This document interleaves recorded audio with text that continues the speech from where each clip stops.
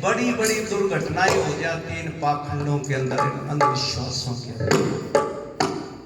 गाड़ी भर के चलती है, कोई बालाजी के लिए, कोई कहीं के लिए, कोई कहीं के लिए। रास्ते में सारी रात चलते हैं, नींद में ड्राइवर से एक्सीडेंट हो जाता है और परिवार खत्म हो जाते हैं।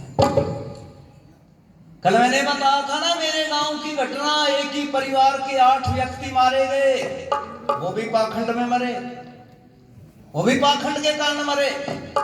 गाड़ी में भर के और किसी की पूजा करने के लिए किसी पत्थर की मूर्ति की जा रहे थे, तो रास्ते में वो गाड़ी नहर के अंदर गिर गई, डूब गई। ज्यादा आदमी थे, गाड़ी छोटी थी और सारे के सारे खत्म हो गए। दिल्ली के बुराड़ी कस्बे के अंदर ऐसा हुआ था, 13 व्यक्ति मरे थे। पानीपत में हमारे 5 व्यक्ति ऐसे मरे थे इसी अविद्या के कारण। इसलिए अपने घरों के अंदर अविद्या मत आने दो। और ये काला टीका पता नहीं कैसे कैसे ढाल के गले में लटका कर रखे कि मरियल सा छोरा लखनऊ दिखे, इसके भीतर को साफ है, पर गले में हनुमान का फोटो टांग रहा है। मैंने कहा हनुमान जैसा बनने का भी प्रयास कर ले, इस फोटो तक काम ना चल रहा भाई। तने लोकेट डाल दिया, फोटो लगा दिया, इससे कुछ होने वाला थोड़ा है।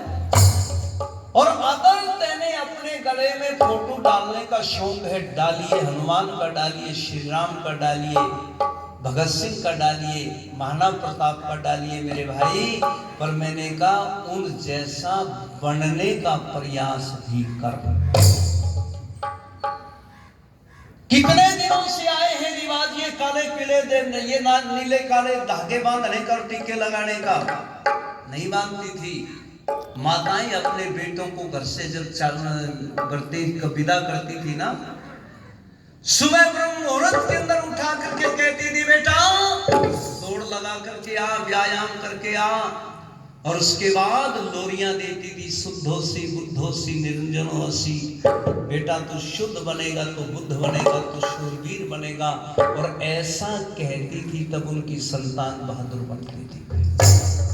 बनाया ऐसा, आज भी बनाती है। और एक माँ ने तो ऐसा पुत्र बनाया था जिस बेटे ने 5 वर्ष की आयु में ही अपने हाथ दिखाने शुरू कर दिए थे।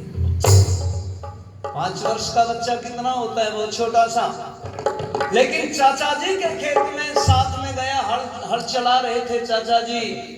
बच्चा पीछे पीछे चल रहा है और चाचा से पूछता है, चाचा इस खेत में क्या बोओगे? चाचा ने कहा बेटा इसमें गन्ना लगाओ, इसमें मक्का लगाओ, इसमें धान लगाओ। 5 वर्ष का छोटा सा बालक जिसका नाम था भगत सिंह, वो क्या कहता है, चाचा जी अब की बार तो मेरे कहने से इस खेत में पिस्तौल बो दो आप। पता नहीं था बच्चे ने भाई पिस्तौल बोने की नहीं होती, जैसे इस हमारे वो तो बच्चा था, तो बड़ों ने नहीं पता। हमारे यहाँ पिछले चुनाव में राहुल गांधी को गोहाना की जलेबी खुआई थी, आपने सुना होगा। जलेबी खुआई, मोटी मोटी जलेबी, 10 किलो में एक ही चढ़ाएगा, देसी घी की बड़ी शास्त्री जी खाई होगी, नहीं खाई हो तो आज ही मैं खुआ दूँ। तो वो जलेबी राहुल गांधी को खिलाई थी। और राहुल गांधी क्या कह रहा है मंच पर, बोला बस जलेबी बहुत बढ़िया, अपनी बुब्बो के लिए भी लेकर जाऊंगा, बहन के लिए भी। और भाई सरकार बना दो, देश में जलेबी बनाने की घड़ी फैक्ट्री लगवाऊंगा। उन्होंने नहीं पता हलवाई बना करें, फैक्ट्री में नहीं बनती, बावड़ी पूछना। पर चलो 5 साल का बच्चा क्या कहता है, चाचा जी मेरे कहने से पिस्तौल बो दो। चाचा जी ने कहा बेटा पिस्तौल का क्या करेगा? बोला चाचा जी खेत में पिस्तौल उगाएंगी लगेगी और फिर उनमें गोली भर भर के कारतूस भर भर के इन अंग्रेजों की छाती में रगड़ दूंगा। 5 वर्ष का था, उसके बाद डीएवी स्कूल में पढ़ने के लिए गया। जब लाहौर में वही क्रांतिकारियों के साथ में उठना बैठना हो गया, मीटिंग होती थी। जितने डीएवी स्कूल होते थे वो सारे के सारे क्रांतिकारियों के अड्डे बन गए थे।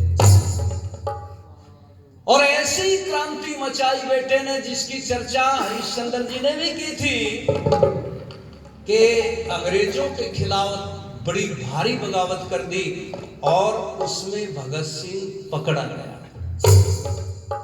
सैंडर्स को मारा। उससे पहले असेंबली हाल में बम फेंक का काला कानून पास करना चाहते थे अंग्रेज, पकड़ा गया। लाहौर की सेंट्रल जेल के अंदर बंद, फांसी की सजा हो गई। और एक दिन मां जो थी विद्यावती, वो अपने बेटे से मिलने के लिए चल गई। घर से कुछ मिठाई बना करके वो लेकर के चली, बेटे को खिला के आऊंगी। और जब लाहौर में पहुंची, भगत सिंह को बताया गया मां आई है। भगत सिंह की खुशी का ठिकाना नहीं रहा बच्चों।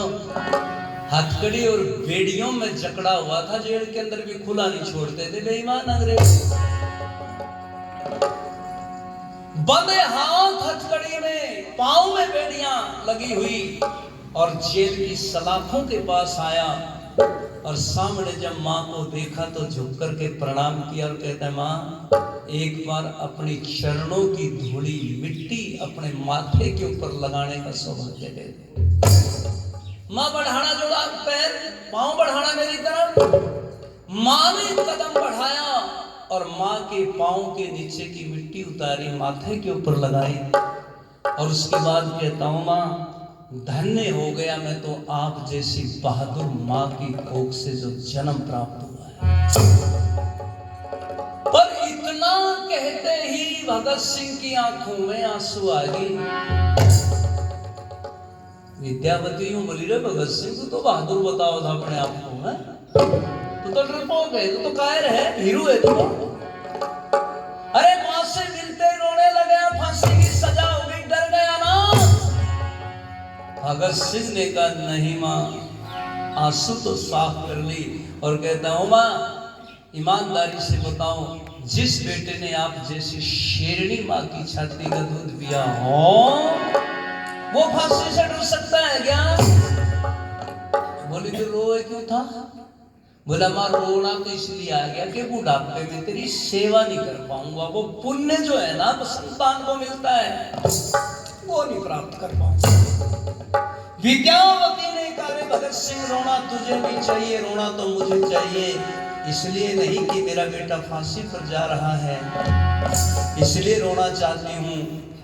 देश की आजादी के लिए एक बेटा दे रही हूँ, आजादी नहीं मिली, कसर रहेगी तो कल तेरा छोटा भाई कुलतार सिंह, उसे प्रेरणा देकर फांसी पर चढ़ा दूंगी।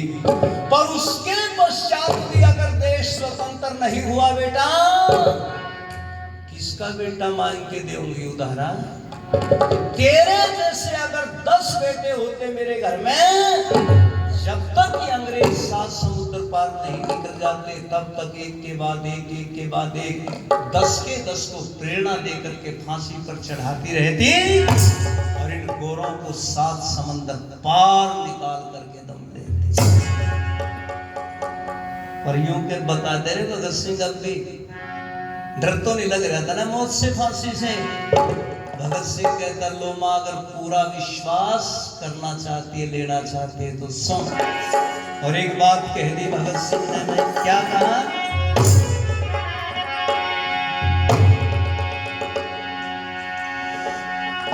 तैयार खड़ा तेरा बेटा री मां बलिदान के लिए। आओ, नया भजन होगा आपके बीच में। ये कोरोना काल की रचना है मेरी। परमात्मा की कृपा से उस समय जब घर में बंद हो गए थे कोरोना काल में, तो ईश्वर की ऐसी कृपा हुई, भजन